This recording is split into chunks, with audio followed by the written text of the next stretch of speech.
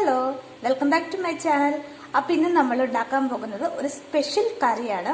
ഇപ്പം ലോക്ക്ഡൗൺ ഒക്കെ ആയതുകൊണ്ട് നമുക്ക് മീൻ കിട്ടാൻ ഒരുപാട് ബുദ്ധിമുട്ടാണ്.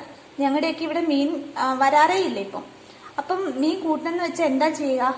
മീൻ ഇല്ലാണ്ട് എങ്ങനെ മീൻ കറി തയ്യാറാക്കാം എന്നാണ് ഇന്നത്തെ വീഡിയോയിൽ പറയുന്നത്. അപ്പോൾ വീഡിയോയിലോട്ട് കിടക്കുന്നതിന് മുമ്പ് നിങ്ങൾ ആദ്യമായിട്ടാണ് ഈ ചാനൽ കാണുന്നതെങ്കിൽ സബ്സ്ക്രൈബ് ചെയ്യുക. തൊട്ടടുത്തൊരു കുഞ്ഞു ബെല്ലൈക്കൺ ഉണ്ട്, അതുകൂടി പ്രസ് ചെയ്യുക. എങ്കിൽ മാത്രമേ നിങ്ങൾക്ക് നോട്ടിഫിക്കേഷൻ ലഭിക്കുകയുള്ളൂ. അപ്പം നമുക്ക് വീഡിയോയിലോട്ട് കിടക്കാം.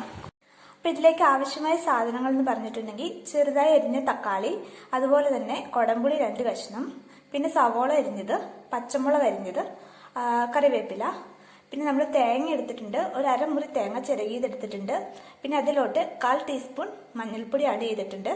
പിന്നെ 1 ടീസ്പൂൺ മല്ലിപ്പൊടിയും 1/2 ടീസ്പൂൺ മുളക് പൊടിയും ആഡ് ചെയ്തിട്ടുണ്ട്. ഇനി നമുക്ക് ഇതെങ്ങനെ തയ്യാറാക്കുന്നതെന്ന് നോക്കാം. നമുക്ക് കറിയുടെ അരപ്പ് തയ്യാറാക്കുന്നതിനായി ഒരു മിക്സിയുടെ ജാറിലോട്ട് നമ്മുടെ തേങ്ങയും അതുപോലെ തന്നെ മല്ലിപ്പൊടിയും മുളക് പൊടിയും മഞ്ഞൾപ്പൊടിയും എല്ലാം ഇട്ട് കൊടുക്കാം. ഇതിലോട്ട് കുറച്ച് വെള്ളം ചേർത്ത് നമുക്കിത് നന്നായിട്ടൊന്ന് അരച്ചെടുക്കാം. ഒരു മൺചട്ടി നമ്മൾ സ്റ്റൗവിൽ വെച്ച് കൊടുത്തിട്ടുണ്ട്. ഇനി ചട്ടി നന്നായി ചൂടായതിനു ശേഷം അതിലോട്ട് നമ്മൾ കുറച്ച് വെളിച്ചെണ്ണ ഒഴിച്ചു കൊടുക്കും. എണ്ണ നന്നായി ചൂടായതിനു ശേഷം നമുക്ക് കുറച്ച് ഉലുവ അതിലോട്ട് ആഡ് ചെയ്ത് കൊടുക്കാം. ഈ ഉലുവ ഒന്ന് പൊട്ടി വരുമ്പോഴേക്കും നമ്മൾ അരിഞ്ഞു വെച്ചിരിക്കുന്ന സവോള നമുക്ക് ഇതിലോട്ട് ആഡ് ചെയ്ത് കൊടുക്കാം.